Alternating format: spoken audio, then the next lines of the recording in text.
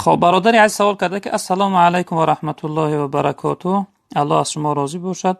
اکای دامولا جان، یک سوال: اگر $6,000 داشته باشی، خب زکات را چند سوم باید دهی و در کی ها در کجا؟ الله نگهبان تو باشه. برادر عزیز، چند سومه که داری، یعنی از همون جمع سومهات 2.5 فائز 2.5% شمی برای زکات میتی. از $1,000 $25 است.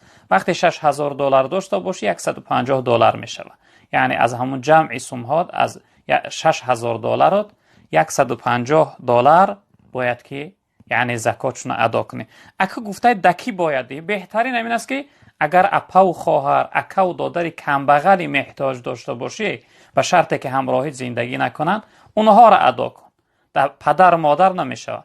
اپا و خواهر، اکا و دادر، بعد از آن تقایی و عمکی، عمه و خاله، شخصیت هایی که نزدیکت هستند یا اینکه همسایه هایی که کمبغل و محتاج هستند، هم خشلاقی هایی که کمبغل و محتاج هستند، در اونها ادا کنی برات بهتر است. یعنی که جمع سوم چند سومی که داشته باشی از همون 2.5% برآورده زکات میدی برادری عزیز بزرگوار.